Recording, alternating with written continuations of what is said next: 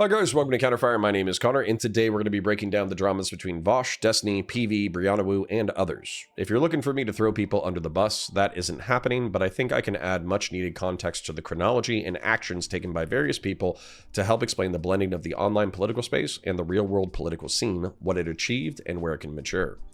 This narrative will be the best in my recollection, and I'm sure various participants might have alternative or contradictory narratives, but this is a best faith retelling of events as I understand them.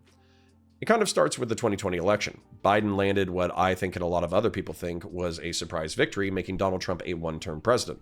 Donald Trump responded with what drama streamer Chud Logic calls throwing your toys out of the pram, with the fake elector scheme and January 6th riots.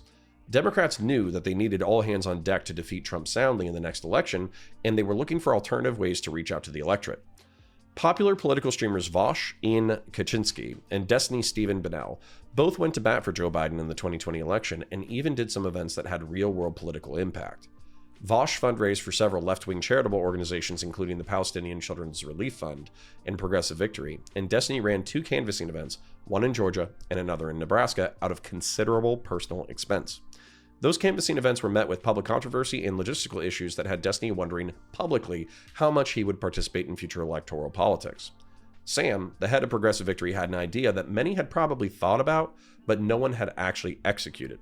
Sam wanted to harness the energy, money, time, and attention of online politics and have it achieve real-world electoral results through partnership with mainstream organizations, solving some of the financial and logistical burdens Destiny had experienced. For the 2024 election, Sam would try to figure out how to do just that. Brianna Wu, a popular internet figure from the 2010 culture wars and a Democratic fundraiser and operator, was brought in to build a network of creators pushing for progressive causes and general Democratic initiatives. Other administrators would be brought in to fundraise, in between an alliance of Democratic PACs and funding, administrators to build and foster relationships, creators to talk about prominent issues, and their audiences to translate that passion into real-world effects. The mission was launched. Just like any organization I've ever been a part of, there were conflicts in personality and logistics, and some of those got resolved and others didn't. Vaush and Destiny would be far and away the biggest creators involved, and between the two of them, they have 1.3 million subscribers, tens of thousands of live viewers, and hundreds of thousands of recorded video viewers. In my personal opinion, they were the chief engines driving the organization, the chief draws for canvassing events, and also likely the biggest sells to outside donors. That being said, other very small and large creators were recruited and contributed to the organization either on a one-off basis or on a continuing basis as consultants, which was controversial. I'm going to leave the details of who participated to BV and the creators themselves. Vaush and Destiny were no longer on speaking terms due to a series of contentious debates, and this presented a challenge to the organization. Do you let these creators work parallel to each other with no contact, likely reducing overall turnout from the audience, or do you try to mend the bridge between the two and achieve a result that is greater than the sum of its parts? Brianna Wu attempted to build a bridge between progressive and liberal creators and get them mainstream political inroads at a Washington, D.C. event in late September 2023. Here, progressive and liberal creators, along with DC pundits and a progressive congressman, met and talked about the challenges of their alliance and how to best move forward. Some were more productive, others were sticks in the mud. There was smack talking from both Destiny and Vaush before the event. There was smack talking after the event, but both creators had gotten into the same room without killing each other, which was viewed as a win. I was recruited to Progressive Victory around that time. I have been a never Trump Republican since 2015 when Trump made his first remarks about John McCain.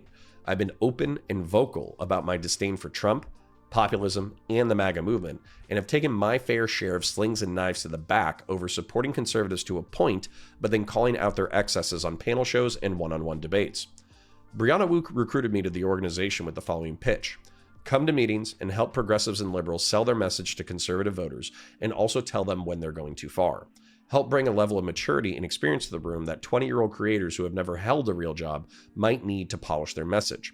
Help out with logistics like driving and security as needed during canvassing events. Finally, and very funnily, my mere presence as a Republican helps the organization fundraise because they can qualify for different grants by not being a unipolar organization. Not only did this sound like work I would be interested in, but I actually made a substantially lower offer for compensation than what Brianna offered. When I mentioned that, Brianna said effectively, take the money, otherwise some jerk from an Ivy League school will take it, charge triple the amount, waste 90 days of their life picking lint out of their belly button, and then turn in an Excel spreadsheet to the DNC with a list of popular TikTokers. From my perspective, I could work with a political organization trying to have a real-world effect. I could help Democrats and progressives recenter their messaging and hopefully some of their policies. I could, in a small way, help defeat Donald Trump, who in my opinion isn't philosophically a fiscal conservative, a social conservative, a Burkean conservative, a neoconservative, or a Republican. In my opinion, Trump is a right-wing populist who has skinned the Republican Party and is now walking around with its face on his Hannibal Lecter style. Seeing few downsides to the work, I started going to weekly meetings, consulting on rhetoric, and offered my logistical services whenever needed. In my opinion, Progressive Victory suffered from an identity crisis, and therefore so did its efforts. From my perspective, and this is just a guess, a majority of its founders and early employees are very progressive. This means that justice for Palestine, trans people, and economic justice were high priorities for this camp of the organization. In friction with that were the liberals who all came on board to defeat Trump. Brianna Wu has not hidden her opinions on Hamas, the October 7, 2023 attacks, left-wing anti-Semitism, her issues with trans identity being a distraction to actual policy, and progressive apologia for the above. Destiny, although very progressive to the mainstream, and who has also made it a cornerstone of his platform to attack conservatives, also left a healthy chunk of his energy to attack far lefties like Hassan Piker and Vaush. In my personal opinion, this put them in minor but real conflict with the more progressive members of the organization. Also, when it came to soliciting funding and collaboration with other pro-Democrat organizations, liberal money seemed to be infinitely more available. Where that was in reference to contraception and abortion advocacy, up and down ballot Democratic candidates, or simply defeating Donald Trump, it seemed that the liberal war chest was factors larger than the progressive war chest. As a result, I think this caused an unspoken tension where progressives had started the organization and were responsible for a lot of the back-end work, but liberals were getting the glory and bringing in the volunteers and the money. This is a personal opinion and a personal opinion only. To my knowledge, Brianna Wu left the organization in December of 2023. The messaging from PV and Brianna was very human resources, and I largely respected them to have their own opinions on the falling out. My general perception was that Brianna had a very aggressive vision for what she wanted to accomplish, and when PV administrators weren't willing to support her vision, this caused friction. Brianna then and now has taken a healthy chunk of slings and arrows for affiliation with PV and did a healthy chunk of the creator recruitment, resulting in money paid to creators associated with PV being referred to as Woo Bucks. In my opinion, considering the amount of flack she's taken for it, I think she took the split pretty well. I'm not philosophically a Democrat and have been a longtime critic of their tendency towards self-cannibalization. Predictably enough, the first controversy about PV didn't come from the right-wing or drama YouTubers, it came from lefty creators.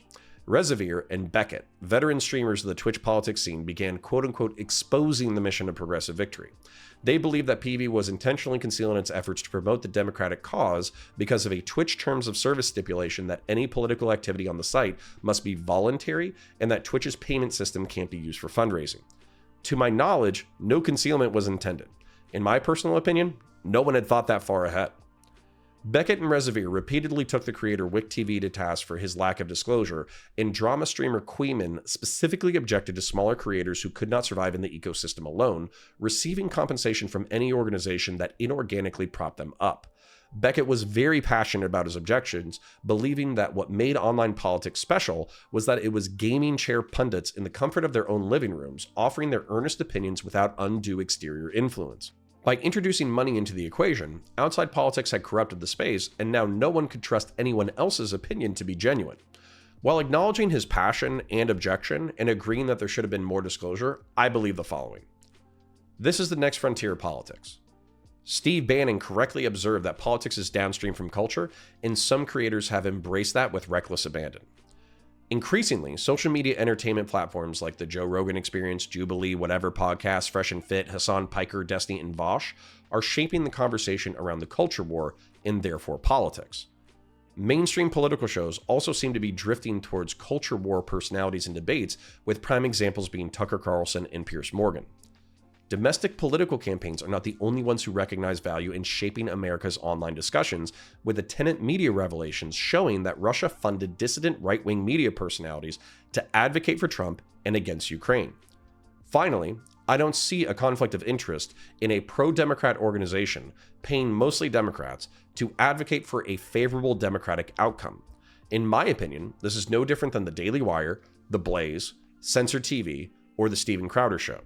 If anything, PV and its efforts should be more transparent in order to become a similar name in political advocacy.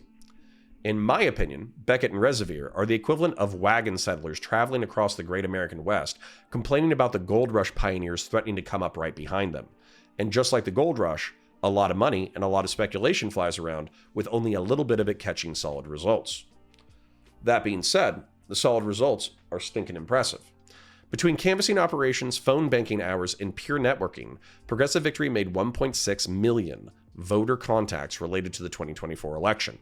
A Destiny-related canvassing event resulted in approximately 300 volunteers showing up to Cincinnati, Ohio, and knocking on 40,000 doors to advocate for a Democratic ticket. A Vaush event resulted in 200 volunteers showing up to New York and knocking on another 25,000 doors. A second Destiny event in Milwaukee, Wisconsin resulted in another 300 volunteers knocking on 50,000 doors.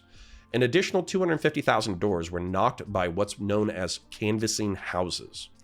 Progressive Victory solicited volunteers from the Twitch and YouTube political community and paid for room and board for a few dozen volunteers to live in swing states. Over the course of the past year, they knocked and talked to tens of thousands of potential voters, adding up to that impressive cumulative number. I think that the most solid and obvious criticism from detractors is that most of the volunteers would have shown up for just Destiny and Vaush, and therefore the creator program was redundant. I think another solid criticism is that the creator program and the confusion surrounding it made it difficult for people to understand what was concrete about PV's efforts. But I also think that a lot of this was being figured out for the very first time, and a lot of really passionate people had a lot of different visions for how to have a maximal impact, and they had to figure it out by doing it. Which brings us to Vaush and Destiny dramas, for which a lot of associates caught flack. Destiny began his debate arc by forcing callers to argue whether or not incest was morally neutral. This is because people obviously have a reflexive disgust for incest, but often have difficulty articulating why.